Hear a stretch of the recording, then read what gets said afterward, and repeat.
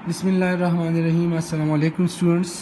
ये आज हम क्लास 9 फिज़िक्स की तीसरी क्लास ले रहे हैं। आज हम इसमें पढ़ेंगे स्केलर्स एंड वेक्टर्स। देखो बेटा, जो फिज़िकल क्वांटिटीज़ होती है उनको हम यहाँ डायरेक्शन के बेस पे क्लासिफाई करते हैं। सबसे पहले तो आप ये फिज़िकल क्वांटिटीज़ को समझ लो। फिज़िकल क्वांटिटीज़ ये वो क्वांटिटीज़ होती है दैट कैन बी मेजर्ड। वो क्वांटिटीज़ जिनको हम मेजर कर सकते हैं वो होती है फिज़िकल क्वांटिटीज़। किस तरह? ये देखो, ये मेरे हाथ में है एक बॉल पॉइंट। अगर मैं आपको बताऊं कि इसकी लेंथ क्या है, इसकी लेंथ मालूम करो, तो आप इसकी लेंथ मालूम कर सकते हो। फीता लेके, कोई पैमाना लेके आप कहोगे लेट से कि इस की लेंथ है 15 सेंटीमीटर। तो ये लेंथ एक फिज़िकल क्वांटिटी थी। क्यों फिज़िकल क्वांटिटी थी? ये क्वांटिटी थी और मैं इसको फिज़िकल क्वांटिटी कहता हूँ क्योंकि इट कैन बी मेजर्ड। मैं इसको नाप सकता हूँ, इस लेंथ को मैं मालूम कर सकता हूँ। तो हर वो क्वांटिटी जिसको मैं मेजर कर सकता हूँ वो फिज़िकल क्वांटिटी होती है। जैसे आप दुकान में जाते हो, आप चीनी लेते हो तो दुकानदार को कहते हो कि मुझे चीनी दे दो। कितनी चीनी दे दो? उसकी मास हो 2 kg। तो आप ये मास एक फिज़िकल क्वांटिटी है। क्यों? क्योंकि इट कैन बी मेजर्ड। अगर मैं आपको पूछूं कि आज का टेम्परेचर क्या था तो आप कहोगे कि यार सर, अब तो आज तो बहुत ज़्यादा गर्मी थी और आज का टेम्परेचर था 44 डिग्री सेंटीग्रेड। ठीक है, तो ये टेम्परेचर चूंकि मैं इसको मेजर कर सकता हूँ, ज़दा नाप का वलेशम, ज़दा मेजर का वलेशम, तो ये टेम्परेचर ये एक फिज़िकल क्वांटिटी है। ठीक है, आप लोगों ने पहले चैप्टर में पढ़ा होगा कि फिज़िकल क्वांटिटीज़ को हम क्लासिफाई करते हैं बेस क्वांटिटीज़ में और डिराइव्ड क्वांटिटीज़ में, लेकिन आज हम इन फिज़िकल क्वांटिटीज़ को डायरेक्शन के बेस पे क्लासिफाई करेंगे। जब आप लोग फिज़िकल क्वांटिटीज़ को physical quantities on the basis of direction, they are classified into scalars and vectors। अब किस तरह समझ लो इस बात को। स्केलर्स वो फिजिकल क्वांटिटीज है जिनकी कंप्लीट डिस्क्रिप्शन के लिए डायरेक्शन की ज़रूरत नहीं होती। डायरेक्शन की ज़रूरत नहीं होती। वो क्वांटिटीज़ जिसको कंप्लीट बयान करने के लिए, सिर्फ और सिर्फ only magnitude, they can B completely described by magnitude only, and these quantities do not require direction for their complete description। इनको पूरा बयान करने के लिए, इससे पूरा मतलब अखज़ करने के लिए डायरेक्शन की ज़रूरत नहीं होती, सिर्फ और सिर्फ मैग्नीट्यूड की ज़रूरत होती है। जैसे कि मैंने आप लोगों को कहा कि इस बॉल पॉइंट की लेंथ क्या है, तो आप लोगों ने कहा कि सर इस बॉल पॉइंट की लेंथ है 15 सेंटीमीटर। तो इस लेंथ को पूरा समझने के लिए आप लोगों ने क्या यूज़ किया? 15। तो ये 15 एक नंबर है, ये वो इंसदा एक हिस्सा है और ये इसका यूनिट है। तो मैग्नीट्यूड किसे बोलते हैं? Number with a proper unit. Number जिसके साथ उसका प्रॉपर यूनिट लगा हो उसको बोलते हैं मैग्नीट्यूड। तो इस लेंथ को कंप्लीट डिस्क्राइब करने के लिए आपको सिर्फ और सिर्फ number with a proper unit, मतलब सिर्फ और सिर्फ मैग्नीट्यूड की ज़रूरत है। तो ये लेंथ एक स्केलर क्वांटिटी है। इसके लिए मुझे डायरेक्शन की ज़रूरत नहीं है कि आप मुझे ये बताओ कि सर इसकी लेंथ है 15 सेंटीमीटर शमाल की तरफ, तो मैं समझूंगा कि यार ये गर्मी ने इस बंदे पे असर किया, पागल हो गया है। इसमें शमाल की तरफ दूसरा बंदा है कि सर इस बॉल पॉइंट की लेंथ है 15 सेंटीमीटर टूवर्ड्स नॉर्थ। बस गर्मी का असर इस बंदे पे हो गया है, क्योंकि टूवर्ड्स नॉर्थ ये किस लिए बता रहा है? इसको समझने के लिए मुझे तो सिर्फ और सिर्फ मैग्नीट्यूड चाहिए। अगर आप दुकानदार के पास जाओ और दुकानदार से कहो कि मुझे चीनी चाहिए कितनी, 5 किलोग्राम टूवर्ड्स ईस्ट, ऐसा ना हो कि वो चप्पल उतार के आप लोगों को मारे कि यार ये क्या है, पागल हो गया हो। ये टूवर्ड्स ईस्ट का क्या मतलब? बस सिंपल उसे कहो कि मुझे 5 किलोग्राम चीनी चाहिए। ये डायरेक्शन की ज़रूरत इसमें नहीं है। इस मास को कंप्लीट डिस्क्राइब करने के लिए आपको सिर्फ और सिर्फ एक नंबर और एक प्रॉपर यूनिट की ज़रूरत होती है। तो number with a proper unit is called magnitude. Number with a proper unit is called magnitude.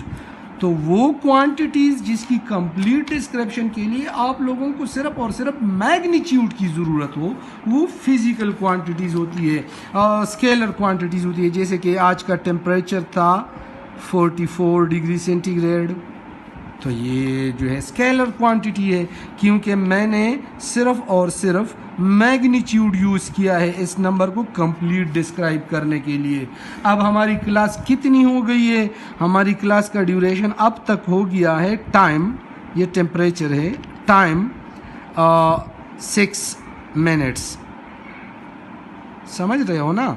तो ये टाइम, ये 6 नंबर है, मिनट यूनिट है, तो ये एक स्केलर क्वांटिटी है।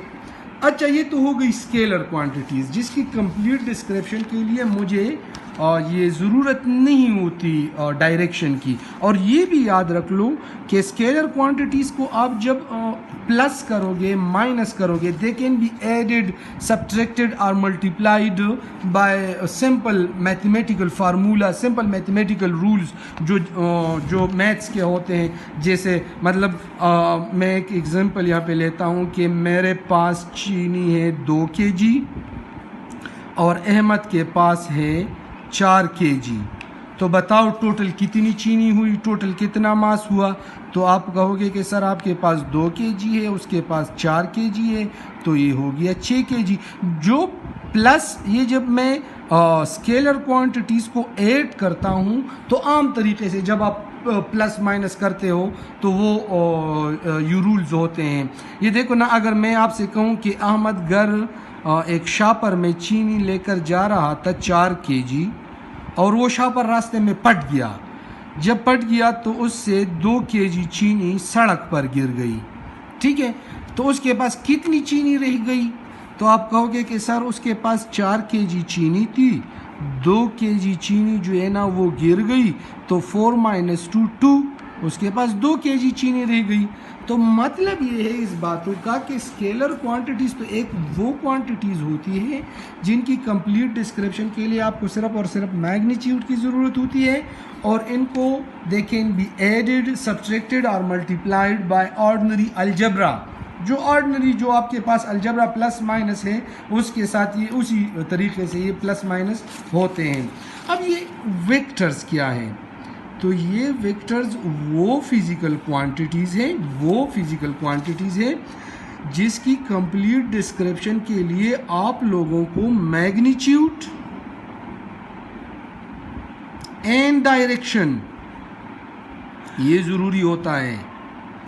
देखो, those quantities which can be described by magnitude only, they are called scalar quantities, while those quantities that can be described by magnitude and direction, that are called vectors or vector quantities। ये आप लोग इस example से चलो ये समझ लो। ये vector, ये लेट से मेरे पास एक गाड़ी है, ठीक है? मैं एक बंदे को, आप में से किसी से कहता हूं कि इस गाड़ी पर फोर्स लगा है 15 न्यूटन। इसका इफेक्ट मुझे बताओ इस गाड़ी पे, कि ये फोर्स इस गाड़ी पे लगा है 15 न्यूटन फोर्स, तो ये इसका इफेक्ट क्या होगा, ये इस गाड़ी में कितनी एक्सेलरेशन प्रोड्यूस करेगा, ये इसको मतलब इसका इफेक्ट क्या होगा इस गाड़ी पे। तो ये मैंने सिर्फ और सिर्फ ये फोर्स एक फिजिकल क्वांटिटी है, अच्छा, क्योंकि मैं इसे मेजर कर सकता हूँ। अब मैंने इसको डिस्क्राइब किया है, यहाँ पे मैंने आप लोगों को सिर्फ और सिर्फ मैग्नीट्यूड बताया है। क्या बताया है? मैग्नीट्यूड। मैग्नीट्यूड क्या है?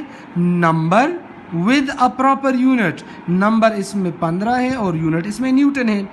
तो अब ये फोर्स इस गाड़ी पे इस डायरेक्शन में भी लग सकता है, पॉसिबिलिटी है कि इस डायरेक्शन में ये फोर्स लगा हो, या इस डायरेक्शन में ये फोर्स लगा हो, या अपवर्ड ये फोर्स लगा हो, या इस डायरेक्शन में ये फोर्स लगा हो। तो सिर्फ और सिर्फ मैग्नीट्यूड के जानने से आप इस फोर्स को इस गाड़ी पे इस फोर्स का इफेक्ट मालूम नहीं कर सकते, क्योंकि यहाँ पे आपके पास डायरेक्शन गिवन नहीं है कि यार ये इस गाड़ी पे 15 न्यूटन का फोर्स तो लग रहा है, लेकिन ये किस डायरेक्शन में लग रहा है। आप लोग को इस फोर्स की कंप्लीट डिस्क्रिप्शन के लिए इस मैग्नीट्यूड के साथ साथ आप लोगों को डायरेक्शन की भी ज़रूरत होगी। अगर मैं कहूँ कि इस गाड़ी पे फोर्स लग रहा है 15 न्यूटन, डायरेक्शन के लिए मैं कहूँ टूवर्ड्स ईस्ट, इस गाड़ी पे ईस्ट की तरफ और जो है ना ये 15 न्यूटन फोर्स लग रहा है, तो आप फौरन समझ जाओगे। आप लोग इस तरह जियोग्राफिकल कोऑर्डिनेट सिस्टम बनाओगे कि ये मेरे पास हो गया ईस्ट, ये नॉर्थ, वेस्ट, साउथ, ये गाड़ी है,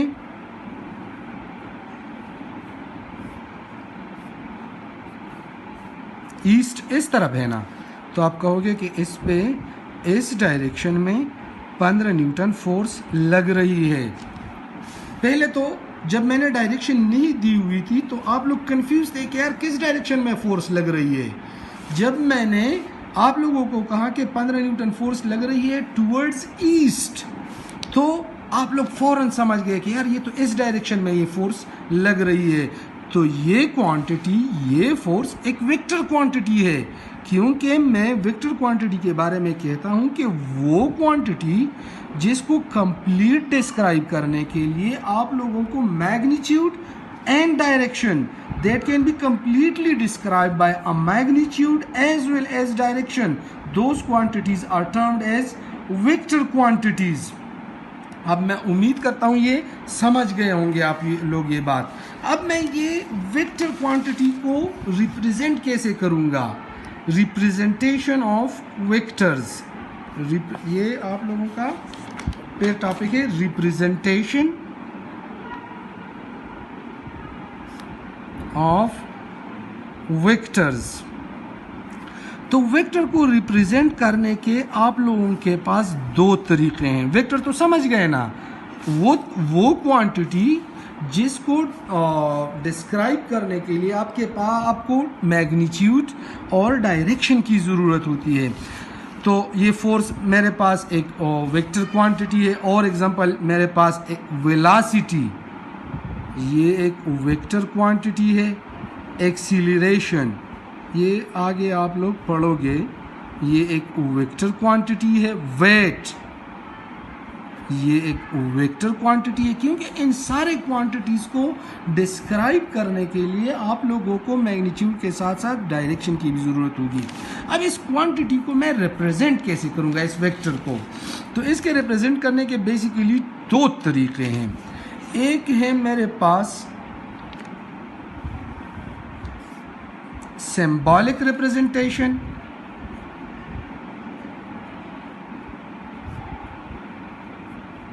और दूसरा है ग्राफिकल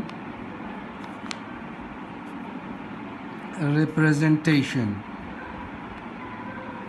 सिंबॉलिक रिप्रेजेंटेशन और ग्राफिकल रिप्रेजेंटेशन। सिंबॉलिक, ये आप लोग, ये नाम से वाज़ेह है कि इसमें मैं वेक्टर्स को या वेक्टर क्वांटिटीज को सिंबल से मैं रिप्रेजेंट करूंगा, सिंबल से मैं डिनोट करूंगा। किस तरह?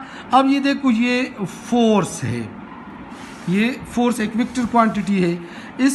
इसको मैं सिंबॉलिक रिप्रेजेंटेशन में किसी भी वेक्टर को या तो मैं they are represented by bold face letters, bold face letters. जैसे फोर्स में इसको मैं F से डिनोट करता हूँ, तो आप इस F को बोल्ड करके बनाओगे इस तरह। एक होता है बोल्ड फेस लेटर, एक होता है सिंपल फेस लेटर। ये F सिंपल फेस लेटर है, ये वाला F, और ये वाला बोल्ड फेस F है। तो ये अब ये मैंने बोल्ड करके बनाया, तो इसका क्या मतलब है? इसका मतलब है फोर्स। फोर्स एक वेक्टर क्वांटिटी है, तो इसको मैं बोल्ड फेस लेटर से इसको मैं रिप्रेजेंट करूंगा। या तो ये तो टाइम भी ज़्यादा लेता है एक लेटर को बोल्ड करना। तो आसान तरीका ये है कि आप सिंपल फेस लेटर बनाओ और उसके ऊपर, उसके टॉप पे एक एरो हेड बनाओ, एक एरो बनाओ। तो ये simple face letter with an arrow over it, इसके ऊपर या इसके नीचे, तो ये क्या जाहिर करेगा? फोर्स को जाहिर करेगा। ये फोर्स वेक्टर फोर्स को जाहिर करेगा। अगर मैं सिंपल F लिख लूं, सिंपल F, तो ये वेक्टर फोर्स नहीं है, ये उस फोर्स की सिर्फ और सिर्फ मैग्नीट्यूड मुझे बताएगा। पूरे फोर्स को डिस्क्राइब करने के लिए आप सिर्फ या बोल्ड फेस लेटर यूज करोगे या simple face letter with an arrow above it और बिलो इट। इसी तरह वेलोसिटी मेरे पास एक वेक्टर क्वांटिटी है। अब मैं अगर लिख लूं कि यार ये गाड़ी जा रही है और इस गाड़ी की वेलोसिटी मेरे पास है 15 मीटर पर सेकंड, सपोज कर लो मैं ये वेलोसिटी बता रहा हूं। तो अगर ये वेलोसिटी मैंने रिप्रेजेंट करना है तो मैं इसी तरह रिप्रेजेंट करूंगा, v, इसके ऊपर एरो हेड या इसके नीचे एरो हेड। ये हो गया वेलोसिटी, ये वेलोसिटी का रिप्रेजेंटेशन है। एक्सीलरेशन, एक्सीलरेशन मैं किस तरह रिप्रेजेंट करूंगा? सिंपल a, इसके ऊपर एरो हेड या इसके नीचे एरो हेड। ये हो गया सिंबॉलिक रिप्रेजेंटेशन। सिंबॉलिक रिप्रेजेंटेशन में हम वेक्टर्स को सिंबॉलिकली रिप्रेजेंट करते हैं सिंबल से, या बोल्ड फेस लेटर लेते हैं या सिंपल फेस लेटर लेते हैं। अबव और बिलो इसके जो है ना वो एरोज लगाते हैं। अब ग्राफिकल रिप्रेजेंटेशन जो है ना, ग्राफिकल रिप्रेजेंटेशन ये बेसिकली विजुअल रिप्रेजेंटेशन है। मतलब एक पिक्चर की शक्ल में आप दिखाते हो किसी वेक्टर क्वांटिटी को। आप कैमरे से पिक्चर लेते हो ना किसी चीज़ की, तो ये ग्राफिकल रिप्रेजेंटेशन जो है ना, ये उसकी पिक्चर है, ये वेक्टर की पिक्चर है, ये वेक्टर क्वांटिटी की विजुअल रिप्रेजेंटेशन है। किस तरह? ये देखो ना, ग्राफिकल रिप्रेजेंटेशन में हम किस तरह मतलब वेक्टर को डिनोट करेंगे, जाहिर करेंगे, रिप्रेजेंट करेंगे। देखो ये मेरे पास 15 न्यूटन की फोर्स है, 15 न्यूटन फोर्स, ठीक है।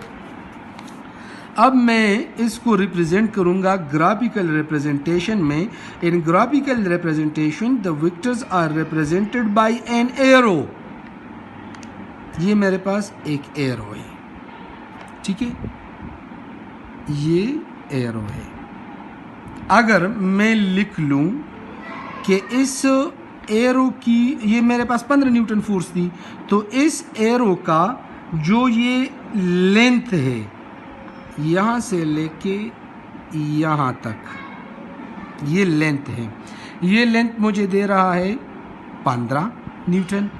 मतलब एरो की का लेंथ मुझे क्या दे रहा है? Magnitude of the vector quantity. और ये एरो हेड जो है, जो ये ददीदा कम सर्च the arrow head, it points the direction of a vector. ये एरो हेड मुझे डायरेक्शन बताएगा ग्राफिकल रिप्रेजेंटेशन में। और इसकी जो लेंथ है, देखो एरो में दो पार्ट्स होते हैं ना, फिर से बात समझाता हूँ। एरो में दो पार्ट्स होते हैं, एक होती है इसकी ये लेंथ और एक होता है इसका एरो हेड। लेंथ जो है ना किसी भी एरो का, वो मुझे देगा मैग्नीट्यूड ऑफ अ वेक्टर, और एरो हेड जो है, एरो हेड, ये मुझे उस वेक्टर की डायरेक्शन के बारे में बताएगा। ये आप समझ लो कि इस एरो का जो ये स्टार्टिंग पॉइंट है, यहाँ से ये शुरू हुआ है, तो इस starting point of the arrow it is called tail of the vector. और जो ये इन पॉइंट है जहाँ पे ये ख़त्म हो रहा है, जो ये एरो हेड है, it is called head of the vector. देखो लेट से मैं आप लोगों को एक एग्जांपल, दूसरे एग्जांपल से समझाता हूँ। लेट से अगर आपसे कोई कहे कि एक फोर्स है 10 न्यूटन की टूवर्ड्स ईस्ट, ये एक फोर्स है। दूसरी फोर्स है 20 न्यूटन की टूवर्ड्स नॉर्थ, और तीसरी फोर्स है लेट से वो है 30 न्यूटन की towards north, towards 30 degree, towards 30 degree north of east. ये आप वेक्टर क्वांटिटीज़ ग्राफिकल तरीके से रिप्रेजेंट करो, ग्राफिकल तरीके से। तो आप लोग क्या करोगे कि ये देखो, मैंने, आप लोग ग्राफिकल कोऑर्डिनेट सिस्टम बनाओगे। ईस्ट,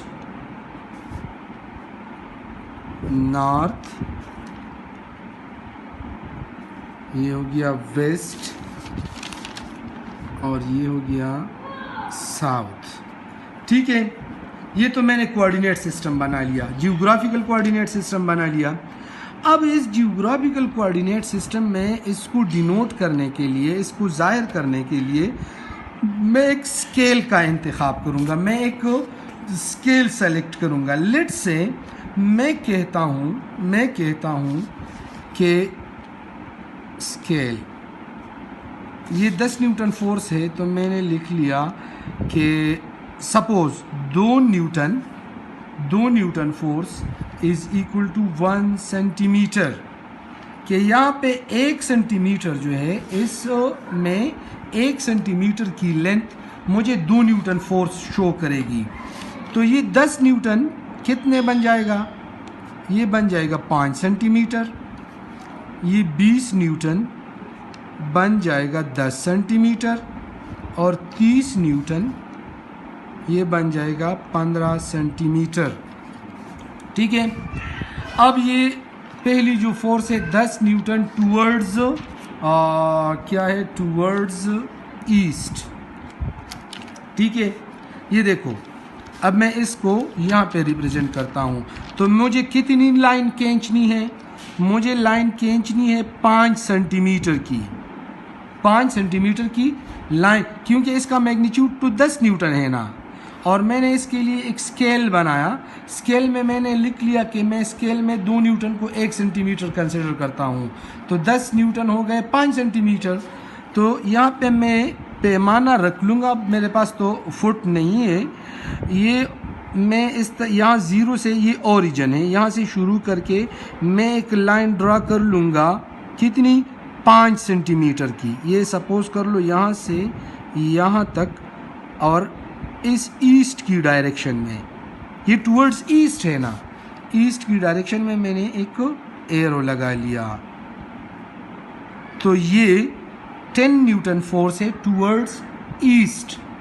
अब दूसरा फोर्स है 20 newton towards north, towards north. तो स्केल तो मेरे पास था 2 newton is equal to 1 centimetre. तो 20 न्यूटन हो गए 10 सेंटीमीटर।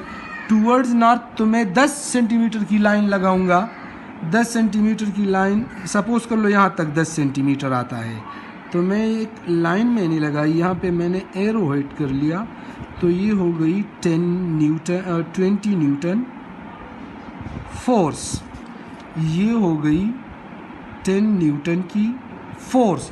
मैं यहाँ पे इस वेक्टर्स को, ये ग्राफिकल, मैं इनकी पिक्चर्स बना रहा हूँ, ये विजुअल रिप्रेजेंटेशन है, ग्राफिकल मेथड है। ये देखो 30 newton toward 30 degree north of east, ये देखो ये आप समझ लो towards 30 degree north of east, कि ये इस ईस्ट के साथ ये जो फोर्स लग रही है 30 न्यूटन, ये नॉर्थ की जानिब इस ईस्ट के साथ 30 डिग्री का एंगल बना रहा है, ये फोर्स 30 डिग्री का। तो यहाँ पे अब डी रखोगे, मैं अगली प्रॉब्लम जब सॉल्व करूँगा तो मैं डी अरेंज कर लूँगा। यहाँ पे आप डी रखोगे और डी से आप अंदाज़तन आप 30 डिग्री की एंगल बनाओगे, ये लेट से ये 30 डिग्री की एंगल हो गई, 30 डिग्री एंगल विद ईस्ट, ठीक है। अब ये 30 डिग्री की एंगल हो गई, मैंने ये लाइन, इसकी लंबाई कितनी रखनी है, तो इस फोर्स का मैग्नीट्यूड तो 30 न्यूटन था, स्केल मैंने 2 newton is equal to 1 centimetre लिया है, तो 30 न्यूटन बन गया 15 सेंटीमीटर, तो मैंने ये लाइन 15 सेंटीमीटर बनानी है, तो ये फोर्स बन गया 15 न्यूटन। होप, उम्मीद करता हूँ आप लोग इसको समझ रहे होंगे। देखो ये हमारे पास वेक्टर्स के रिप्रेजेंटेशन के दो तरीके थे, सिंबॉलिक और ये ग्राफिकल। सिंबॉलिक में तो हम सिंबल से जाहिर करते थे कि ये देखो, ये अब मैं ये यहाँ पे लिखता हूँ force is equal to 20 newton, तो ये सिंबॉलिक रिप्रेजेंटेशन है। और जब मैं विजुअल रिप्रेजेंटेशन करूं, इनके पिक्चर्स आप लोगों को शो करूं, तो ये ग्राफिकल रिप्रेजेंटेशन है। अच्छा, ये भी याद रख लो, बेसिकली जो कोऑर्डिनेट सिस्टम है, कोऑर्डिनेट सिस्टम में जब आप वेक्टर्स को रिप्रेजेंट करोगे तो कोऑर्डिनेट सिस्टम क्या है? बेसिकली कोऑर्डिनेट सिस्टम वो सिस्टम होता है, ये एक कोऑर्डिनेट, एक तो ये फिजिक्स का लेक्चर बहुत लेंथी हो जाता है। कोऑर्डिनेट सिस्टम, कोऑर्डिनेट सिस्टम वो सिस्टम होता है जो that is used to identify the location of a point. जो किसी पॉइंट की आप जब लोकेशन मालूम करना चाहो इस अर्थ पे, तो उस लोकेशन को फाइंड आउट करने के लिए ये कोऑर्डिनेट सिस्टम यूज होता है। कोऑर्डिनेट सिस्टम किसके लिए यूज होता है? To locate the location of a point on the earth, किसी चीज़ की लोकेशन फाइंड करने के लिए। ये देखो आप, ये अब कोऑर्डिनेट सिस्टम बेसिकली इसके तो बहुत ज़्यादा टाइप्स है, लेकिन आपके बुक में सिर्फ 2 टाइप्स दिए हुए हैं। एक है जियोग्राफिकल कोऑर्डिनेट। तो जियोग्राफिकल कोऑर्डिनेट सिस्टम वो कोऑर्डिनेट सिस्टम है जिसमें आप लोगों को सिर्फ और सिर्फ डायरेक्शन गिवन्स होती है कि ये ईस्ट, वेस्ट, नॉर्थ और साउथ, ये है जियोग्राफिकल कोऑर्डिनेट सिस्टम। और एक है Cartesian coordinate system. Cartesian coordinate system, Cartesian coordinate system में आप लोगों के पास 2 परपेंडिकुलर लाइंस होती है, 2 परपेंडिकुलर लाइंस। एक ये हॉरिजॉन्टल लाइन है और एक ये वर्टिकल लाइन है। जो ये हॉरिजॉन्टल लाइन है, हॉरिजॉन्टल लाइन, इस हॉरिजॉन्टल लाइन को बोलते हैं एक्स एक्सिस, और जो वर्टिकल लाइन है इसको बोलते हैं वाई एक्सिस। ये एक्स एक्सिस, ये वाई एक्सिस। इस तरफ ये है एक्स, ये है X prime, Y Y prime. तो ये दोनों सिस्टम्स जो हैं, ये जियोग्राफिकल कोऑर्डिनेट सिस्टम, ये कार्टेशियन कोऑर्डिनेट सिस्टम, ये दोनों और लोकेशन ऑफ अ पॉइंट, एक पॉइंट की लोकेशन मालूम करने के लिए या इसके लिए ये यूज़ होते हैं। अब यहाँ पे अब लोग सोचोगे कि इस तरफ ये जो x मैंने लिखा हुआ है ना, इस तरफ हम पॉजिटिव नंबर्स लिखते हैं, जैसे 1 2 3 4, और इसके x डायरेक्शन के x प्राइम साइड पे हम नेगेटिव नंबर लिखते हैं, -1 -2 -3, इस तरह सो ऑन। इसके ये तरफ ये साइड जो है ना अपवर्ड, ये पॉजिटिव है 1 2 3। इसके नीचे -1 -2 -3, इस साइड पे पॉजिटिव, इस पे नेगेटिव, पॉजिटिव नेगेटिव। तो ये कार्टेशियन कोऑर्डिनेट सिस्टम। तो एक वेक्टर को मुख्तलिफ स्टेप्स हैं। एक वेक्टर को ग्राफिकल तरीके से रिप्रेजेंट करने के लिए सबसे पहले आप कोऑर्डिनेट सिस्टम ड्रा करोगे, चाहे वो जियोग्राफिकल कोऑर्डिनेट सिस्टम हो, चाहे वो कार्टेशियन कोऑर्डिनेट सिस्टम हो। फिर इनको ड्रा करने के बाद आप एक स्केल लोगे कि यार ये इतना, इस 1 सेंटीमीटर के बराबर, ये एक स्केल लोगे, और उस स्केल लेने के बाद फिर आप एक लाइन ड्रा करोगे इन द स्पेसिफाइड डायरेक्शन। इस लाइन की जो लेंथ होती है, इस लाइन की जो लेंथ होती है वो आपको उस वेक्टर की मैग्नीट्यूड देगी, और इसका जो एरो हेड है ये उस वेक्टर का डायरेक्शन देगा। ये देखो आपके बुक में एक एग्जांपल है कि एक अल खालिद टैंक है, अल खालिद टैंक, जो पाकिस्तान और चाइना ने जॉइंटली डेवलप किया है। वो एक, ये सपोज कर लो यहाँ पे अल खालिद टैंक खड़ा था। अब ये कहते हैं कि ये अल खालिद टैंक ये मूव हो गया है 50 मीटर, 50 मीटर ये इस पॉइंट से मूव हो गया है। कहाँ पे, कितना मूव, किस डायरेक्शन में मूव हुआ है? Towards 30 degree north of east. इसको आप ग्राफिकली रिप्रेजेंट करो। तो हमारे पास 2 कोऑर्डिनेट सिस्टम थे ना। मैं चलो पहले तरीके से जियोग्राफिकल कोऑर्डिनेट सिस्टम से इसको ड्रा करता हूँ। ये देखो आप, ये मैं सबसे पहले जियोग्राफिकल कोऑर्डिनेट सिस्टम बनाऊंगा। जियोग्राफिकल कोऑर्डिनेट सिस्टम में ये ईस्ट, वेस्ट, नॉर्थ, ये वो कोऑर्डिनेट सिस्टम होता है जिसमें सिर्फ और सिर्फ डायरेक्शंस मेरे पास गिवन होते हैं। ये मैंने बना लिया। फिर मैं एक स्केल का इंतखाब करूँगा। स्केल लिट से मेरे पास है, मैंने स्केल लिया कि इस कोऑर्डिनेट सिस्टम पे 1 सेंटीमीटर मेरे पास बराबर है 10 मीटर के। 1 centimetre is equal to 10 metre. तो अब इस अल खालिद टैंक ने कितना फासला तय किया है? 50 मीटर का। तो मतलब 5 सेंटीमीटर जो है ये बन गया 50 मीटर। मुझे 5 सेंटीमीटर की लाइन खींचनी है, 5 सेंटीमीटर की लाइन ड्रा करनी है। अब मैं ये 5 सेंटीमीटर की लाइन तो मैं ड्रा करूँगा, लेकिन किस डायरेक्शन में ड्रा करूँ? Towards 30 degree north of east, कि इस ईस्ट से नॉर्थ की तरफ 30 डिग्री। तो आप यहाँ पे डी रख लोगे, 30 डिग्री का एंगल बना लोगे इस ईस्ट के साथ। 30 डिग्री का एंगल यहाँ पे आपने मार्क कर लिया कि ये 30 डिग्री एंगल है।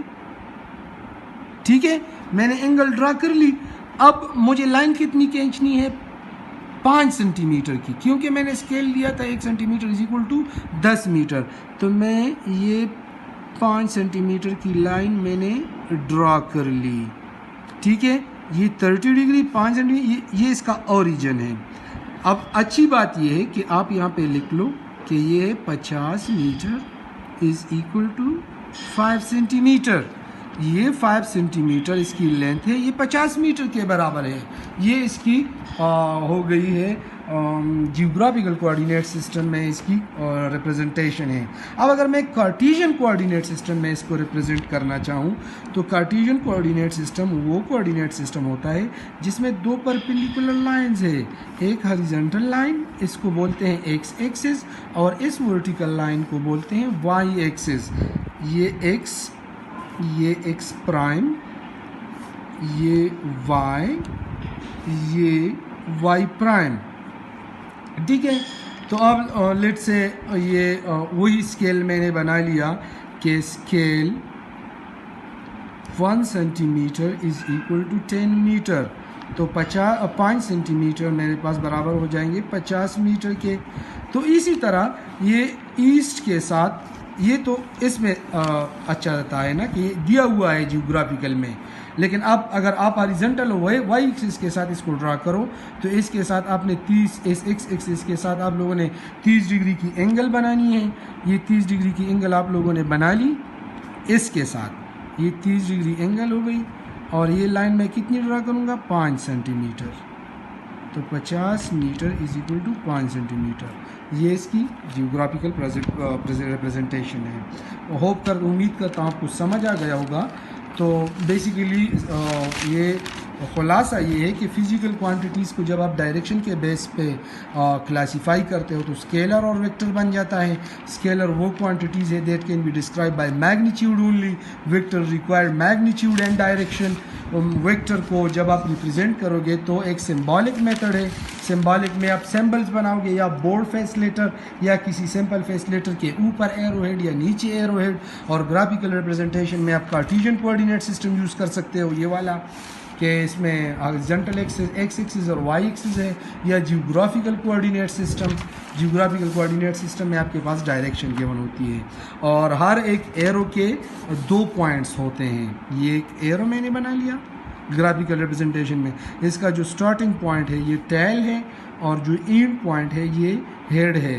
इस एरो का जो लेंथ है वो मुझे मैग्नीट्यूड देगा ऑफ अ वेक्टर, और इसका एरो हेड मुझे क्या देगा, डायरेक्शन ऑफ द वेक्टर। तो दुआ में याद रखना जी, मेरे इस चैनल को सब्सक्राइब कीजिए। शुक्रिया, थैंक यू जी।